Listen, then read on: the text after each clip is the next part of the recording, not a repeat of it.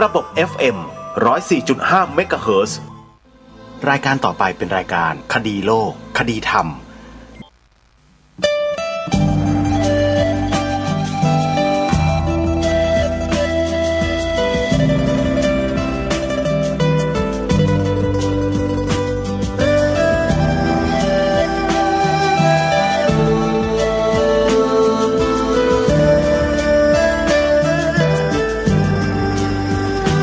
กล้าคิดก็ต้องกล้าทำอย่ากลัวถ้าทำความดีเร่งศึกษาปัญหาให้ทันท่วงทีเมืองไทยจะพัฒนากว่านี้รายการดีคดีโลกคดีธรรมขอรำพันบรรยายความคิดเครื่องหมายแห่งสีทั้งสามงามถนัดขาวคือบริสุทธิ์สีสวัสดิ์หมายพระไตรรัตน์และธรรมะคุ้มจิตไทยแดงคือโลหิตเราใสซึ่งยอมสละได้เพื่อรักษาชาติศาสนาน้ำเงินคือสีโสภาอันจอมประชาถ้าโปรดเป็นของส่วนองค์จัดริ้วเข้าเป็นไตรรงค์จึงเป็นสีธงที่รักแห่งเราชาวไทยทหารอวตารนำไปยงยุทธวิชัยวิชิตก็ชูเกียรติสยามประเทศไทยที่เจริญมั่นคงมาได้จนถึงทุกวันนี้มิได้เกิดขึ้นจากความหวาดกลัวอย่างคลาดเขลาแต่บรรพบุรุษไทยของเราทุกยุคทุกสมัยล้วนแต่มีความกล้าหาญและชาญฉลาดปกป้องเอกราชสร้างชาติให้เกิดความมั่นคงโดยมีธงแห่งพระไตรรัตน์เป็นเครื่องนำชัยจึงเป็นที่มาที่ไปของรายการคดีโลกคดีธรรมกล้าคิดก็ต้องกล้าทำอย่ากลัวถ้าทำความดีเร่งศึกษาปัญหาให้ทันท่วงทีเมืองไทยจะพัฒนา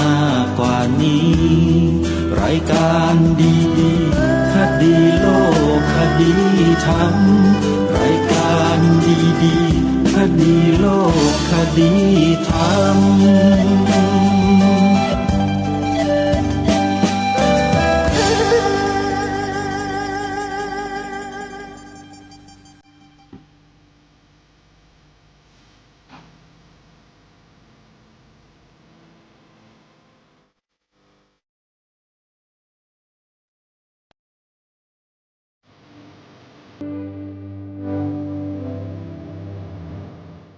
ขอกราบถวายความนอบน้อมแด่พระรัตนตรัยถวายความเคารพพระมหาเถระพระเถรานุเถระทุกท่านขอความสุขความเจริญในธรรมจงบังเกิดมีแด่ท่านสาธุชนที่กำลังติดตามรับฟังรายการจากสถานีวิทยุแห่งนี้ทุกท่าน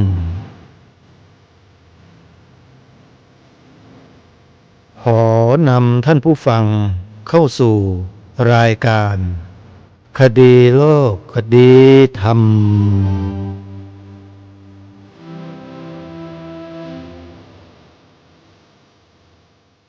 พบกันวันนี้วันขึ้น15 ค่ำเดือน12วันนี้ตรงกับวันพุธที่5 พฤศจิกายนพระพุทธศักราช 2568 รายการคดีโลกคดีธรรมมีให้ท่านผู้ฟังติดตามรับฟังกันเป็นประจำทุกวัน ทางสถานีวิทยุพระพุทธศาสนาแห่งชาติคลื่นต่างๆสาธุชนสามารถใช้โทรศัพท์มือถือระบบ Android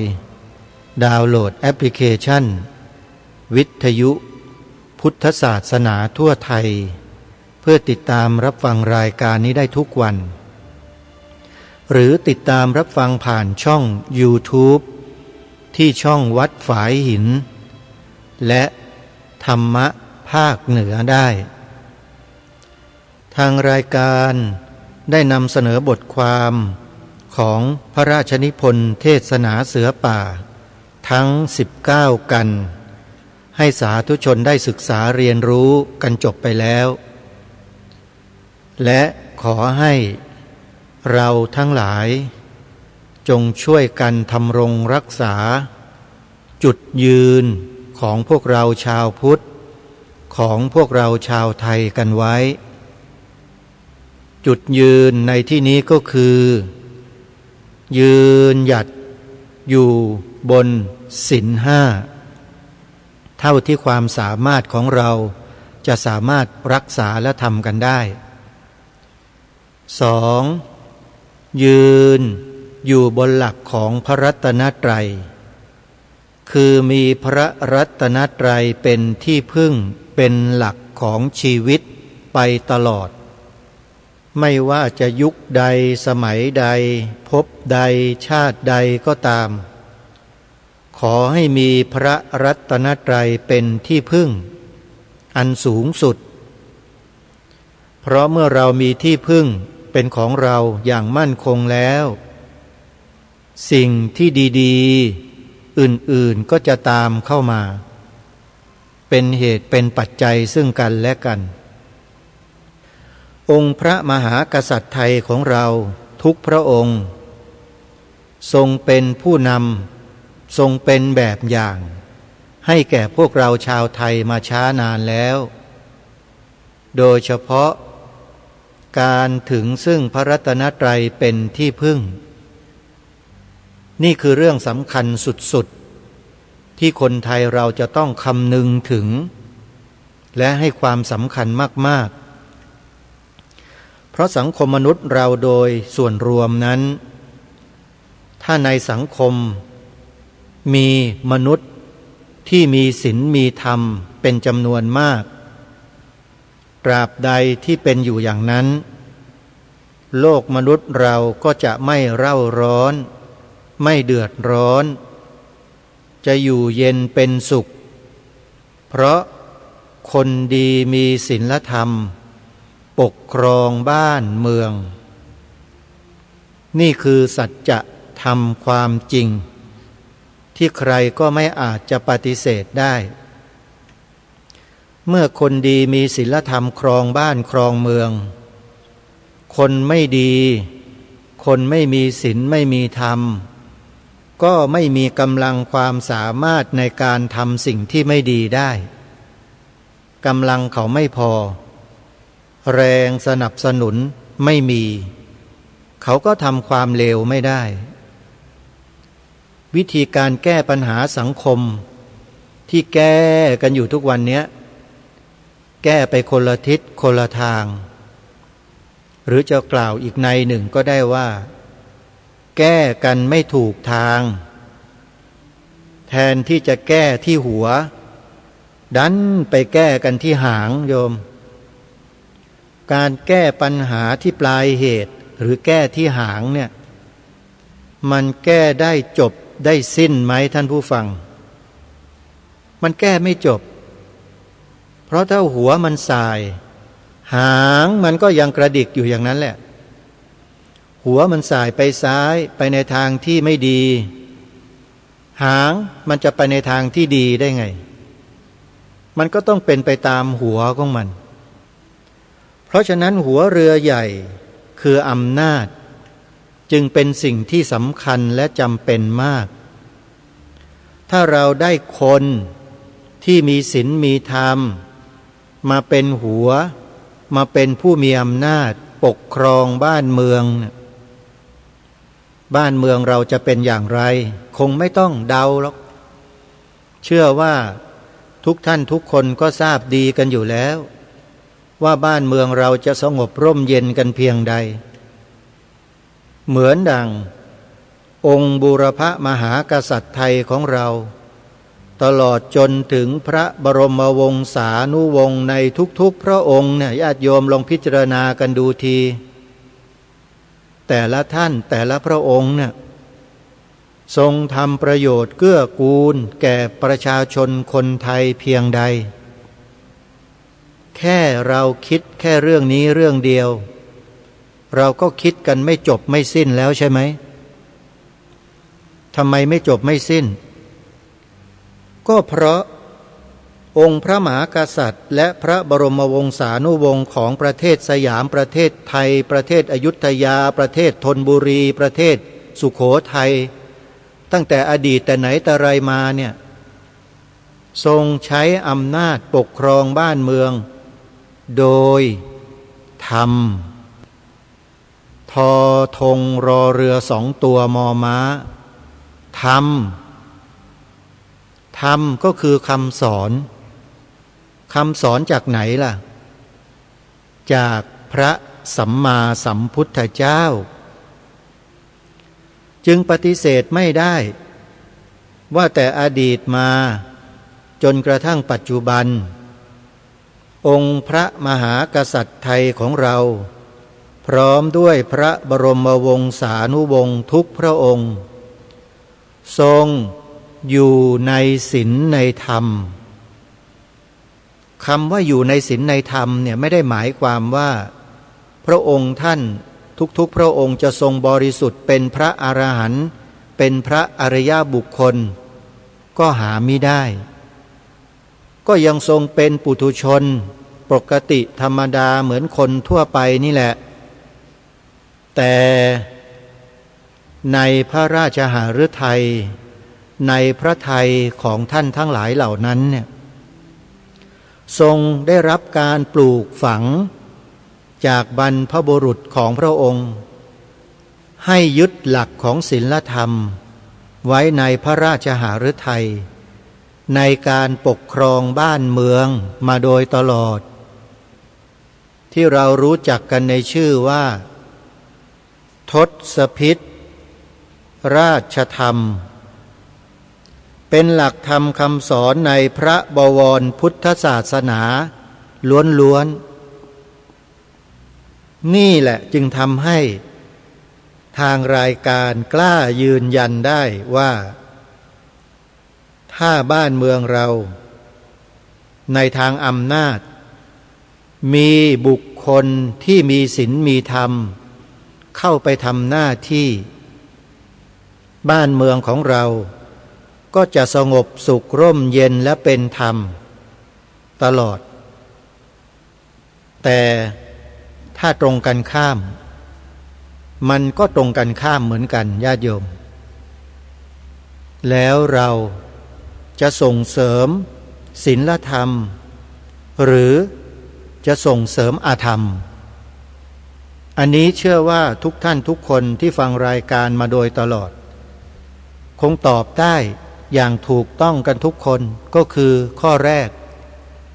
ต้องการคนมีศีลธรรมไปปกครองบ้านเมืองใช่หรือไม่แต่ในระบอบที่เราไปรับมาจากต่างชาติรับมาจากต่างศาสนาแล้วมาใช้ปกครองบ้านเมืองทุกวันนี้เนี่ยนี่พูดถึงระบอบนะไม่ได้พูดถึงคนนะระบอบนะฮะที่เราใช้กันอยู่เนี่ยมันเป็นระบอบที่ไม่ได้ส่งเสริมศีลธรรมแล้วส่งเสริมอะไรล่ะก็ดูสิฮะส่งเสริมอะไรกันในบ้านเมืองตอนนี้เราจะทำเป็นว่าไม่รู้และไม่เข้าใจในเรื่องเหล่านี้ก็คงจะไม่ใช่เราควรจะคิดพิจารณากันให้รอบด้านมองให้เห็นภาพศึกษาเรียนรู้ข้อมูลที่มีผู้คนเขานำเสนอออกมาในแต่ละช่วงแต่ละโอกาสเราจะเห็นภาพรวมของสังคมของประเทศชาติของเราชัดเจนว่า เขาส่งเสริมอะไรส่งเสริมแบบไหนส่งเสริมอย่างไรแล้วมันเกิดผลในภาพรวมอย่างไรกับบ้านเมืองอันนี้เชื่อว่าทุกท่านทุกคนก็คงจะทราบคงจะรู้คงจะเห็นกันดีอยู่แล้วทางรายการไม่จำเป็นจะต้องไปตอบแทนท่านผู้ฟังที่ติดตามรับฟังรายการกันอยู่เชื่อว่าทุกท่านก็มีความสามารถที่จะตอบปัญหาในข้อนี้ได้กันทุกคนทางรายการจึงพยายามมาโดยตลอดที่จะให้พวกเราเนี่ยได้เข้าใจเข้าถึงแล้วจะได้ร่วมกันพัฒนาชาติบ้านเมืองของเราไปในทิศทางที่ถูกต้องดีงามร่วมกันเข้าใจเข้าถึงอะไรเข้าใจเข้าถึงน้ำพระราชหฤทัยขององค์พระมหากษัตริย์และพระบรมวงศานุวงศ์ของประเทศไทยของเราเข้าใจน้ำพระราชหฤทัยของพระองค์ท่านเหล่านั้นเพื่ออะไรก็เพื่อให้พวกเราได้สำนึกในพระมหากรุณาธิคุณไงคำว่าสำนึกในพระมหากรุณาธิคุณเนี่ยถ้าพูดเป็นภาษาของพวกเราฟังกันรู้เรื่องก็คือให้เรามีความกตัญญูรู้คุณขององค์พระมหากษัตริย์ของเรานั่นเองเรามีความกตัญญูรู้คุณท่านไหมอันเนี้ยลองถามตัวเราเองดูถ้าหากเราพิจารณาไม่เห็นมองไม่เห็นสิ่งที่พระองค์ทรงมีในพระราชหฤทัยเนี่ยนะความกตัญญูกตเวทีหรือสำนึกในพระมหากรุณาธิคุณของพระองค์ท่านเหล่านั้นจะเกิดขึ้นได้หรือไม่มันเกิดไม่ได้ด้วยเหตุนี้ทางรายการจึงได้อัญเชิญบทพระราชนิพนธ์เทศนาเสือป่ามาเปิดให้พวกเราได้ศึกษาได้สดับรับฟังกันบ่อยๆเนืองๆเป็นประจำทุกปีเพื่อเตือนใจเราเตือนใจพวกเราคนไทยว่าไม่ให้ไหลไปตามกระแส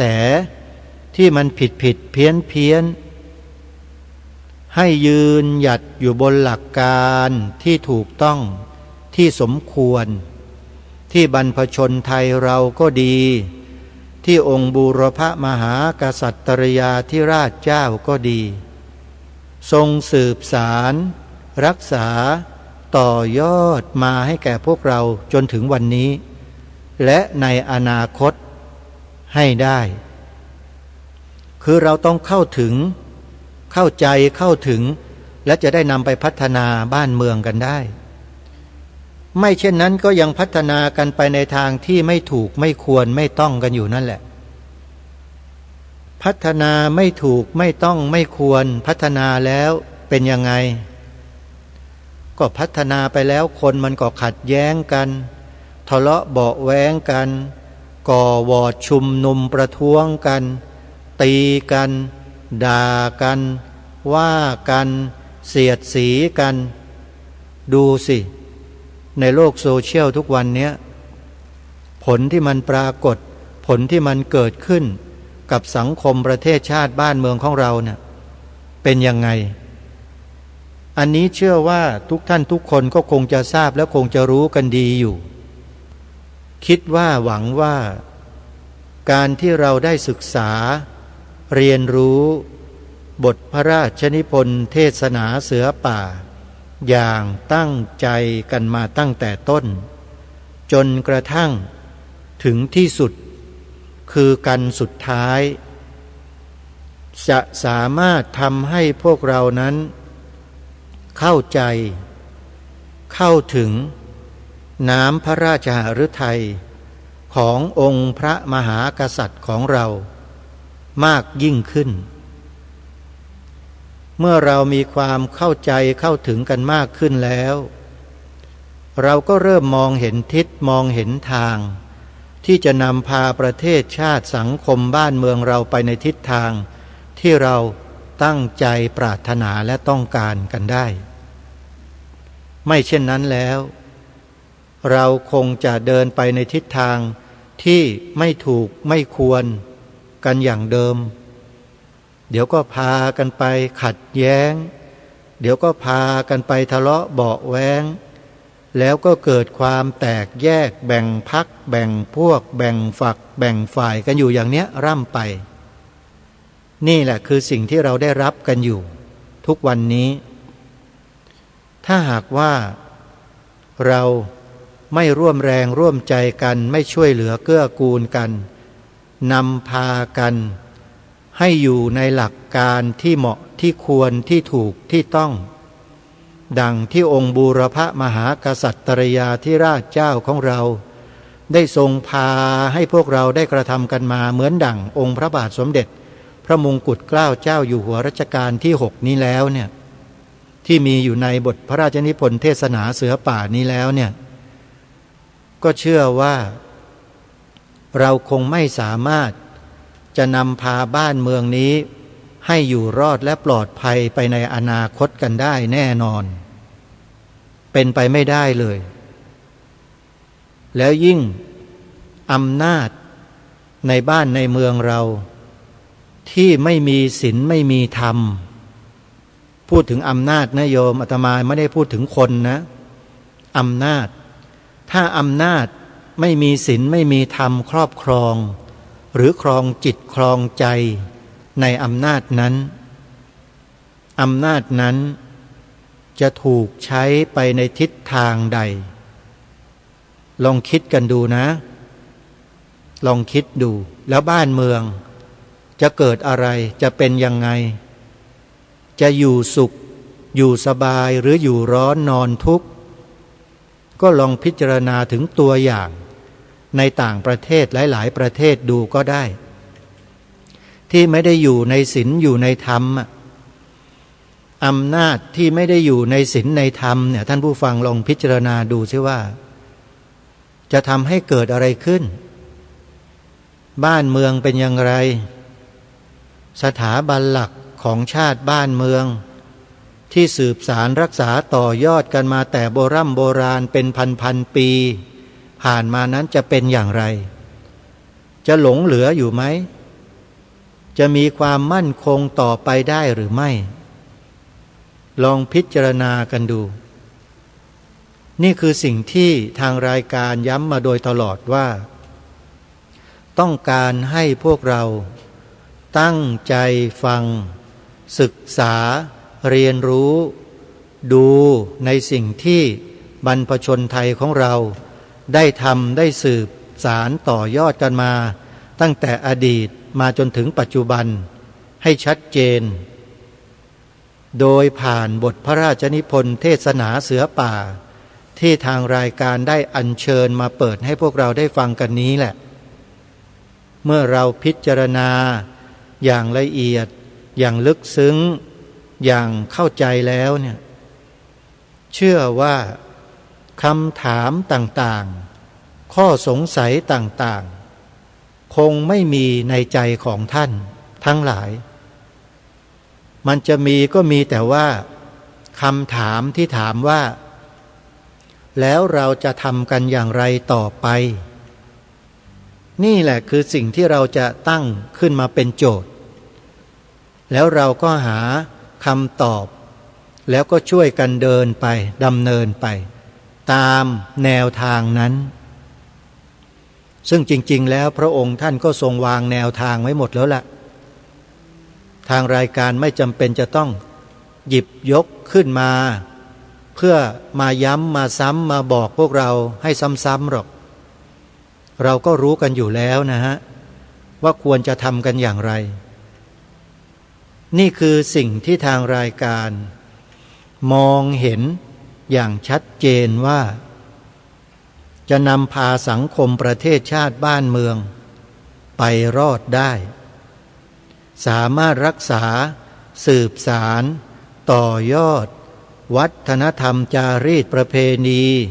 วิถีชีวิตอันดีงามของชนเผ่าไทยของเราเนี่ย ให้ยืนหยัดมั่นคงถาวรตลอดไปในอนาคตได้อีกยาวนานกันเลยทีเดียวถ้าหากเราได้ร่วมด้วยช่วยกันปัญหามันก็อยู่ที่ว่าพวกเรามีแรงจูงใจมีความมั่นใจมีกำลังใจกันเพียงพอไหมที่จะช่วยกันขับเคลื่อนสิ่งเหล่านี้ให้เป็นไปได้ในสังคมของเราปัญหามันอยู่ที่พวกเรานี่แหละเราช่วยกันได้หรือไม่เราจะทำไหมหรือจะปล่อยให้แค่เลยผ่านไปแล้วก็ไม่สนใจนิ่งเฉยกันต่ออยู่แบบตัวใครตัวมันกันต่อไปไหมอันนี้มันก็อยู่ที่พวกเราทุกคนอยู่ที่เราตัดสินใจกันทางรายการนั้นนำบทพระราชนิพนธ์เทศนาเสือป่ามาออกอากาศตั้งแต่ประมาณปีพระพุทธศักราช 2554 เท่าที่จำได้ 2554 ออกมาเรื่อยทุกปีทุกปีทุกปีแล้วก็เชิญชวนท่านสาธุชนทั้งหลายเนี่ยขึ้นทะเบียนประกาศตนเป็นพุทธมามกะทำไมจึงมาทำเรื่องนี้เพราะต้องการที่จะกระตุ้นความรู้สึกสำนึกของพวกเราคนไทยทั้งหลายทั้งปวงให้เห็นประโยชน์ให้เห็นคุณค่า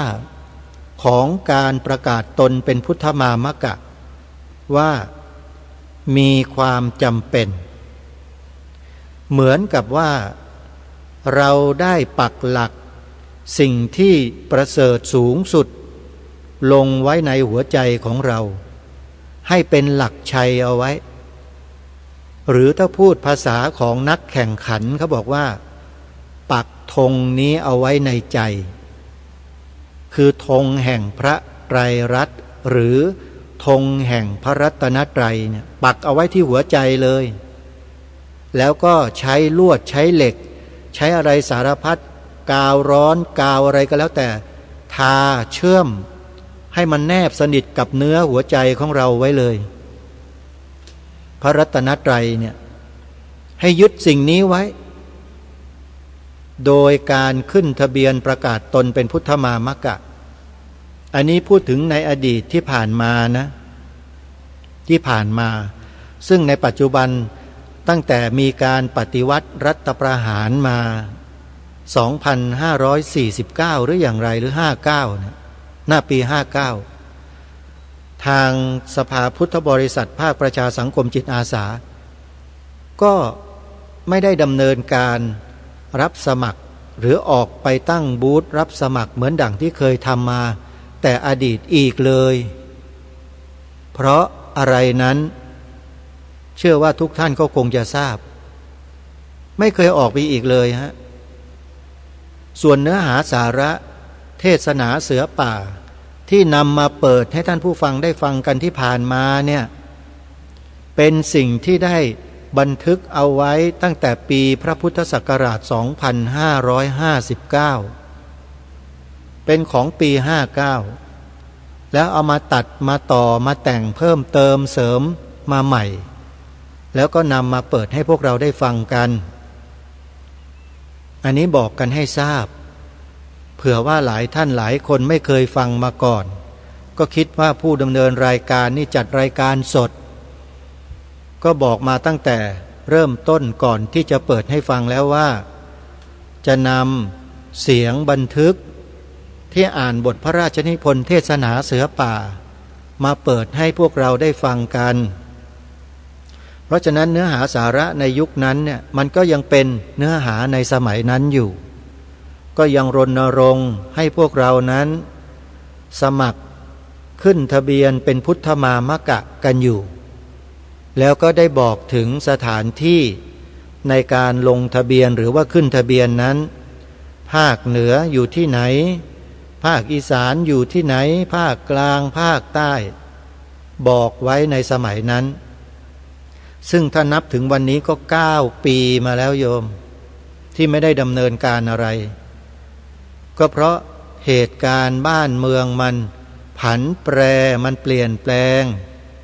มันเป็นไปตามอะไรตามอำนาจเมื่ออำนาจบางอย่างขึ้นมาสิ่งที่เราพาทำในทางที่ดีแค่ไหนก็ตามก็จะต้องยุติลงหยุดลงเพื่อเปิดโอกาสให้อำนาจนั้นทำหน้าที่ของเขาไปประชาชนก็ทำหน้าที่ของประชาชนกันไปตามที่อำนาจเหล่านั้นเขาต้องการให้ทำหวังว่าสาธุชนทั้งหลายคงจะเข้าใจถึงสถานการณ์ในช่วงนั้นเป็นอย่างดีนะว่าเป็นอย่างไรบ้างพอพ้นจากช่วงนั้นมาไม่เท่าไหร่เกิดเหตุการณ์โรคร้ายระบาดโควิดอีกหลายปีเลยมันก็เลยทำให้ยาวต่อเนื่องกันมาจนถึงทุกวันนี้จนกระทั่งไม่สามารถที่จะฟื้นคืนกลับมาทำหน้าที่ตั้งโต๊ะรับขึ้นทะเบียนเป็นพุทธมามกะกันได้อีกก็เลยต้องดรอปกันไว้หยุดกันไว้อย่างนี้ก่อน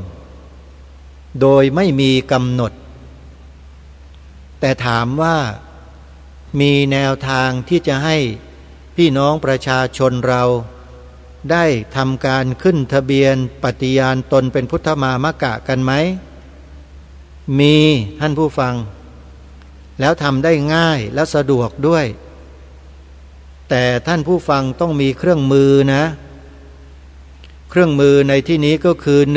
1. คอมพิวเตอร์ตั้งโต๊ะถ้าไม่มีคอมพิวเตอร์ตั้งโต๊ะก็ใช้โน้ตบุ๊กถ้าไม่มีโน้ตบุ๊กก็ใช้แท็บเล็ตแล้วถ้าไม่มีแท็บเล็ตไม่มีโน้ตบุ๊กไม่มีคอมพิวเตอร์ตั้งโต๊ะ PC ใช้อะไรล่ะโทรศัพท์มือถือสมาร์ทโฟนและถ้าไม่มีสมาร์ทโฟนล่ะก็ไปยืมคนอื่นเขาลงทะเบียนขึ้นทะเบียนได้ท่านผู้ฟังอันนี้ก็จะต้องอาศัยวิธีการขอยืมทำยังไงซึ่งในอนาคตเนี่ยทางสภาพุทธบริษัทภาคประชาสังคมจิตอาสาจะเปิดให้ขึ้นทะเบียนอิเล็กทรอนิกส์คือลงทะเบียนหรือขึ้นทะเบียนทางเว็บไซต์เป็นการนำเอาหัวใจของเราเนี่ย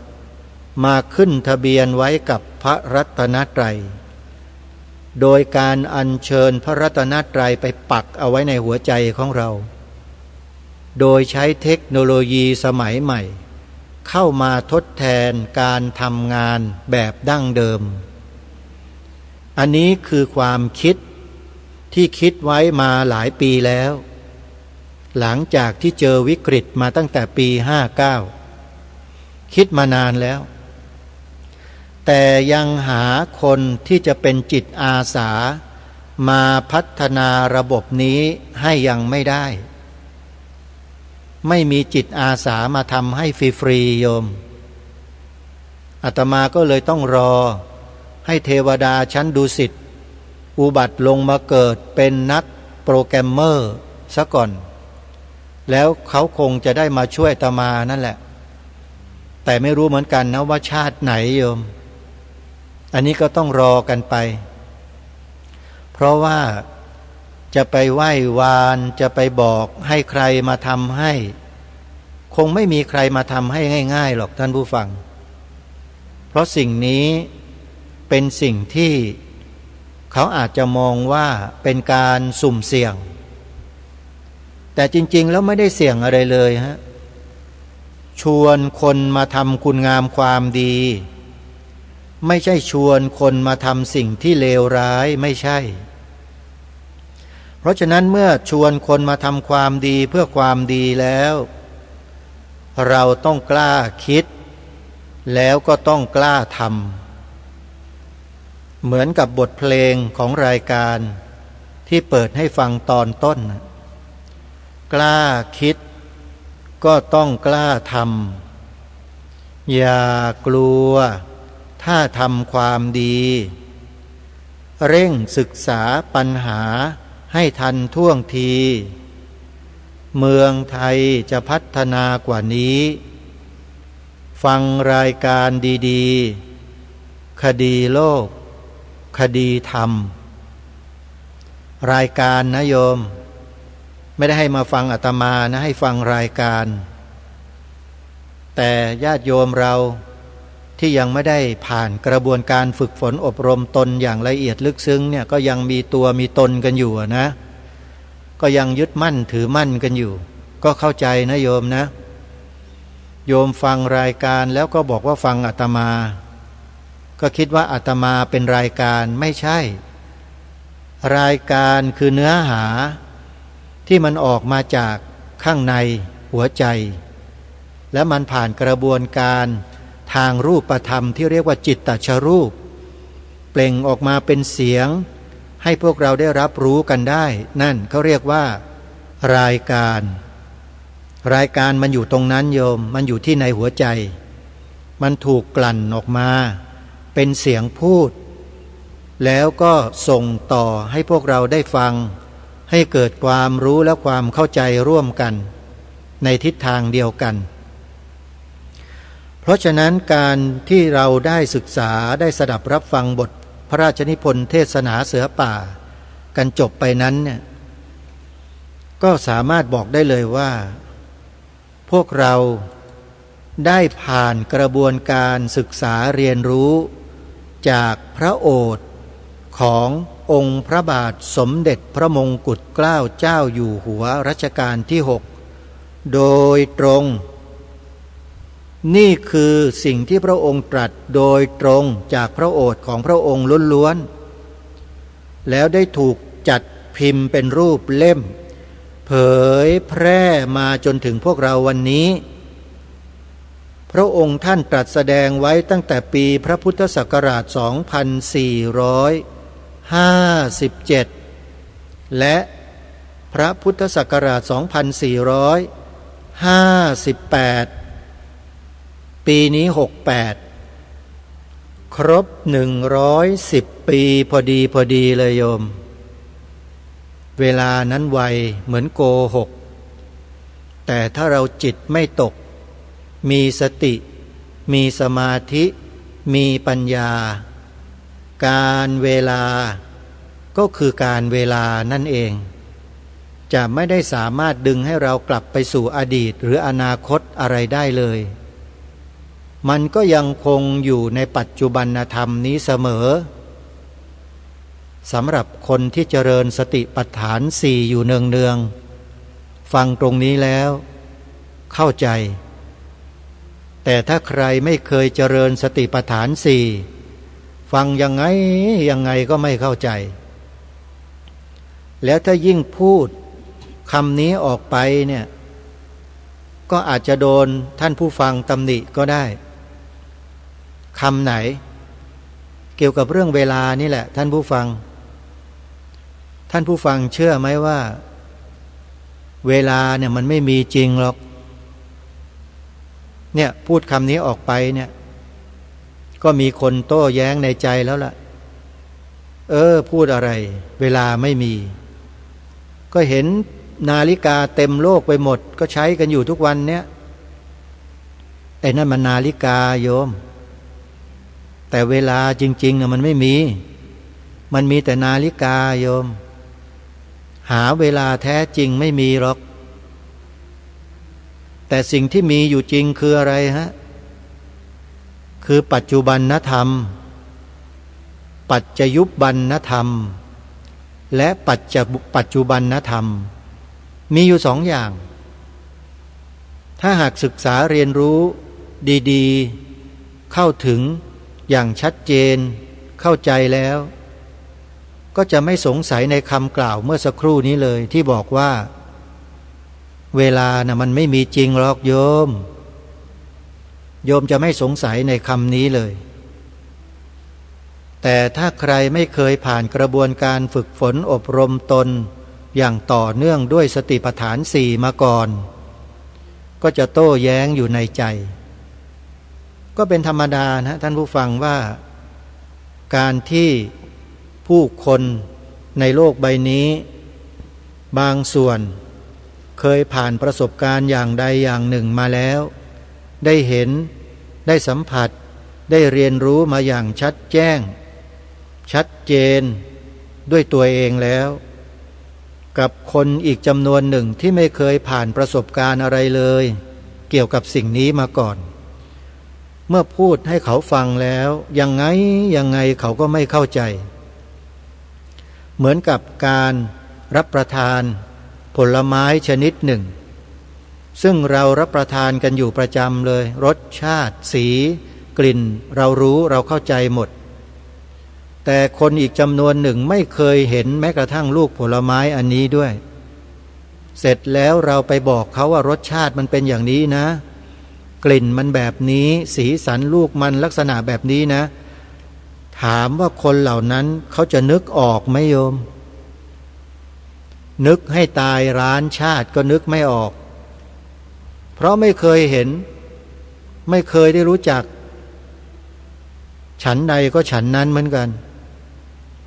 คำว่าปัจจุบันธรรมก็ดีปัจจยุบันธรรมก็ดีเนี่ยสำหรับคนที่ไม่เคยศึกษากันมาก่อนไม่เคยรู้ไม่เคยเรียนไม่เคยอ่านไม่เคยเขียนไม่เคยสดับรับฟังและยิ่งไม่ได้ลงมือปฏิบัติมาก่อนด้วยเนี่ยไม่มีวันที่จะเข้าใจคำนี้หรอกคำว่าเวลามันไม่มีอยู่จริงเนี่ยพูดอย่างนี้มันก็เกิดความรู้สึกขัดเคืองแย้งกันอยู่ใช่ไหมมันไม่มีจริงๆท่านผู้ฟังลองมาศึกษาเรียนรู้กันดูนะเดินจงกรมนั่งสมาธิใช้สติปัฏฐานสี่เข้าไปกำหนดรู้ดูอาการก้าวย่างพองยุบหรือภาวนาอะไรก็แล้วแต่ให้สติตามรู้อาการเหล่านั้นให้ทันในปัจจุบันเมื่อถึงจุดหนึ่งถึงเวลาหนึ่งเดี๋ยวเราก็เข้าใจเมื่อเราเข้าใจแล้วเราก็หายสงสัยเมื่อหายสงสัยแล้วไม่ต้องมีใครมาบอกเราก็รู้แถมเรายังจะบอกคนอื่นให้รู้ตามด้วยนี่แหละคือสิ่งที่มันเป็นสัจธรรมความจริงใครมาเจอใครมาสัมผัสใครมาเรียนรู้มาดูก็จะเห็นด้วยตนเองรู้ด้วยตนเองเท่านั้นเป็นปัจจัตตังเวทิตัพโพวินยูหิผู้รู้ย่อมรู้ได้เฉพาะตนเท่านั้นสิ่งเหล่านี้รู้ได้เฉพาะตนบอกให้รู้กันไม่ได้ด้วยภาษาพูดรับรู้ได้แต่เข้าใจอย่างลึกซึ้งไม่ได้จะต้องมาปฏิบัติเองมาศึกษาเรียนรู้เองมาสัมผัสได้ด้วยตนเองจึงจะเข้าใจเมื่อเราเข้าใจมันก็เกิดการเข้าถึงแล้วนำไปสู่การพัฒนาที่ถูกต้องดีงามด้วยเหตุนี้ผู้ดำเนินรายการจึงปรารภตั้งแต่เบื้องต้นว่าให้พวกเรานั้นได้ตั้งใจศึกษาสดับรับฟังเรียนรู้บทพระราชนิพนธ์เทศนาเสือป่านี้ให้จงดีเถอะแล้วเราจะเข้าใจในเบื้องต้นเมื่อเข้าใจแล้วเราก็จะเริ่มเข้าถึงเรื่อยๆเข้าถึงเข้าไปลึกมากขึ้นลึกซึ้งขึ้นจนกระทั่งได้สัมผัสความจริงแท้ด้วยตัวของเราเองเมื่อได้สัมผัสความจริงแท้แล้วนั้นทีนี้อะไรในโลกบรรดามีอยู่เราก็เลิกสงสัยสิ่งเหล่านั้นเมื่อเลิกสงสัยแล้วไอ้ความคิดปรุงแต่งฟุ้งซ่านไปในอดีตบ้างไปในอนาคตบ้างมันก็แทบจะเกิดขึ้นไม่ได้เลยเพราะ เราอยู่ในปัจจุบันธรรมเจริญสติปัฏฐานสี่ตลอดเจริญได้ตลอดเลยยืนเดินนั่งนอนหรือทำกิจเล็กๆน้อยๆกิจใหญ่ทำได้ปฏิบัติได้หมดทุกอากับกิริยาการเคลื่อนไหว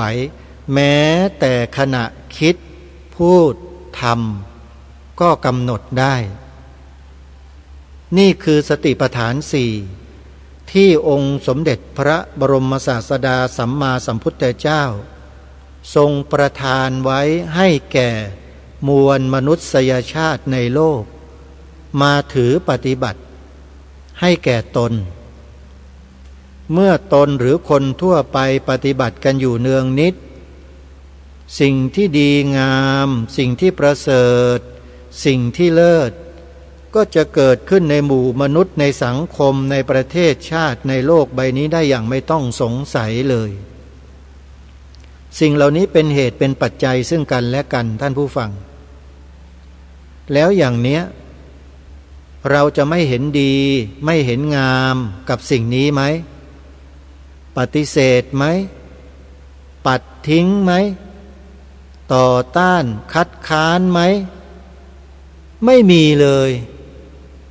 มีแต่จะช่วยกันรณรงค์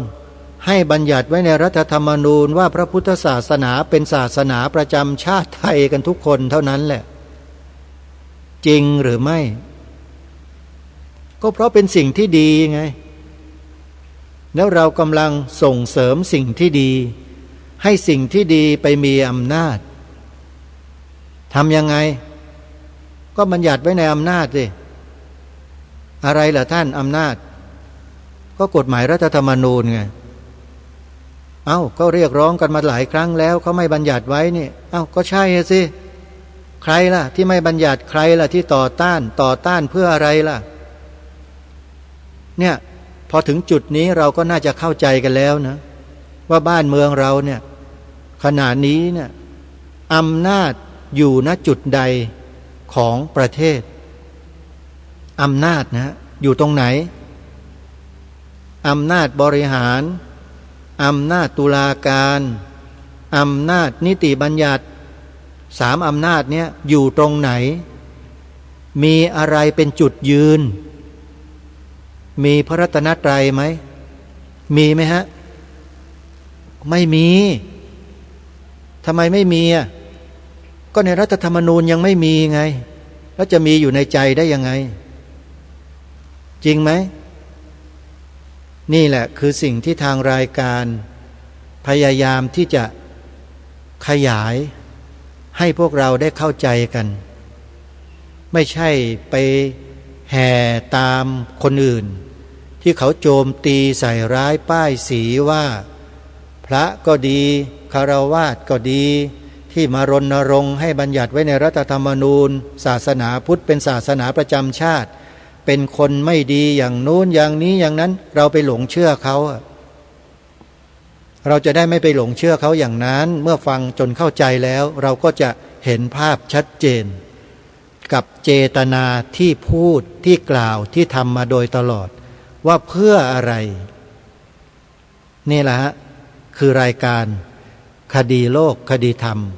สำหรับวันนี้เป็นวันสุดท้ายของ